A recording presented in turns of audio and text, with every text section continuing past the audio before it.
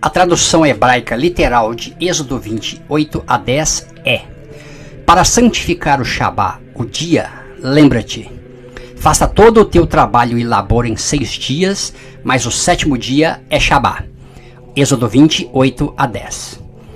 Não diz que o 7º dia é o sábado, mas que o 7º dia é Shabá.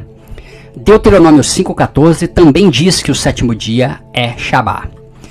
Então, Shabá não é o sábado do calendário usado atualmente. Promulgado pela Igreja Católica em 1582 pelo Papa Gregório XIII. O 7º dia é Shabá e não o sábado do calendário gregoriano. O povo de Israel segue o ciclo semanal do calendário de cada época.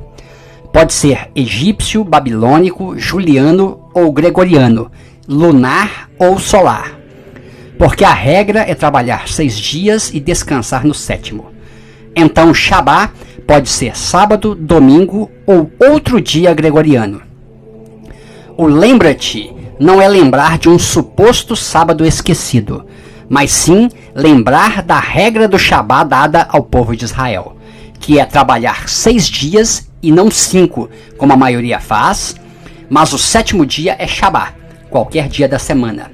Não é o sábado do calendário do Papa Gregório XIII. Por isto, o povo de Israel usa o calendário judaico sem problemas, porque o 7º dia é Shabá para quem está no Pacto do Sinai. E pode ser qualquer dia de qualquer calendário.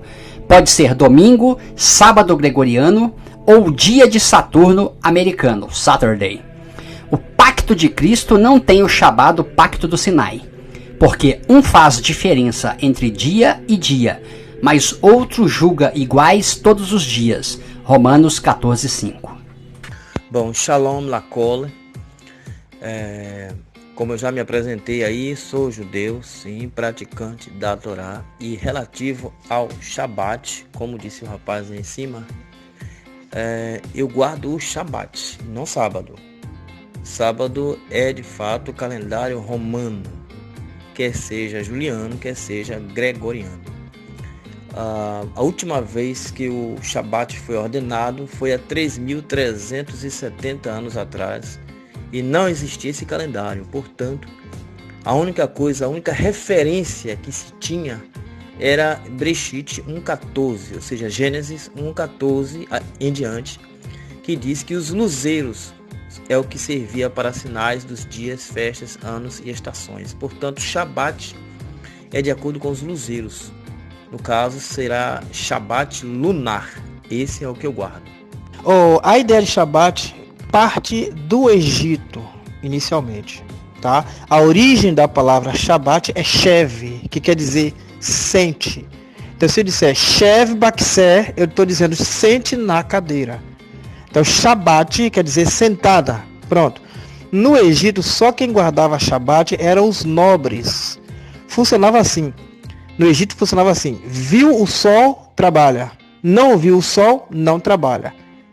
Então, trabalhava-se 12 horas e descansava-se 12 horas.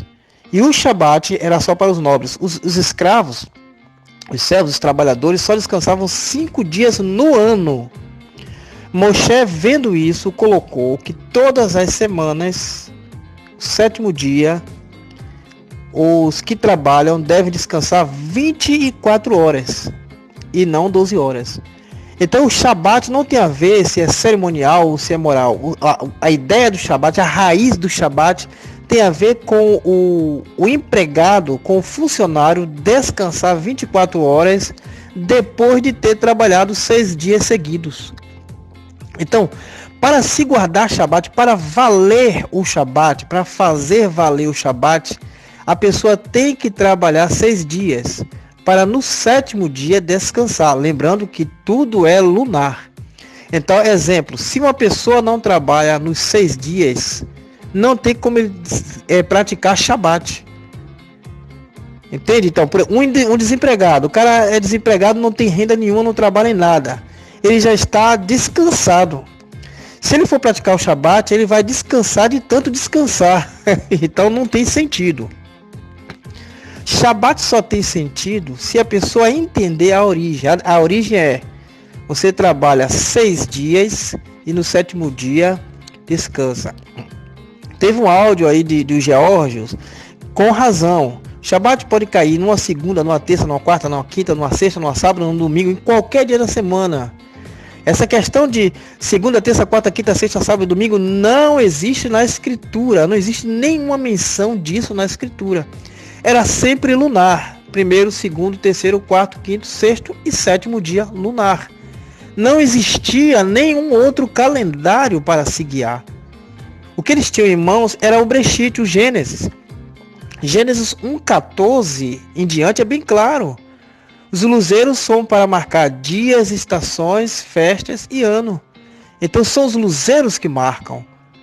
Um luzeiro é chamado de sol e outro luzeiro é chamado de lua. Então o calendário era lunisolar. Simples. Bom, o Shabat ou a Shabat não é uma lei solta. Ela está vinculada a uma série de outras leis. Exemplo, vamos supor que hoje seja a lua nova. Então, hoje é o 1º dia. Amanhã seria o 2º, depois o 3º, 4º, 5º, 6º e no 7º dia lunar é um Shabat, ok? Ok. No dia seguinte é o 1º dia de novo, da segunda fase lunar. No outro é o 2º, depois o 3º, 4º, 5º, 6º e 7º dia. Se isso for na primavera, o 2º Shabat é um Pessah, ok? Então, para alguém guardar o Shabat, essa pessoa tem que saber que o 2º Shabat do mês de Aviv, que é o mês da primavera, é um Shabat e um Pessah.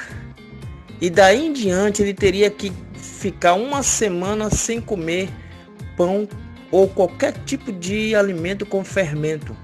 Então, para uma pessoa guardar o Shabat, ele tem que saber que o Shabat está vinculado a outras leis. Não é uma lei solta, tipo, vou pegar o Shabat aqui e praticar e o resto não estou nem aí.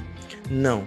Para eu dizer, guardo o Shabat, eu tenho que praticar também o Pessah, o Bikurim, que é as primícias, que é no 21º dia, portanto, também um Shabat.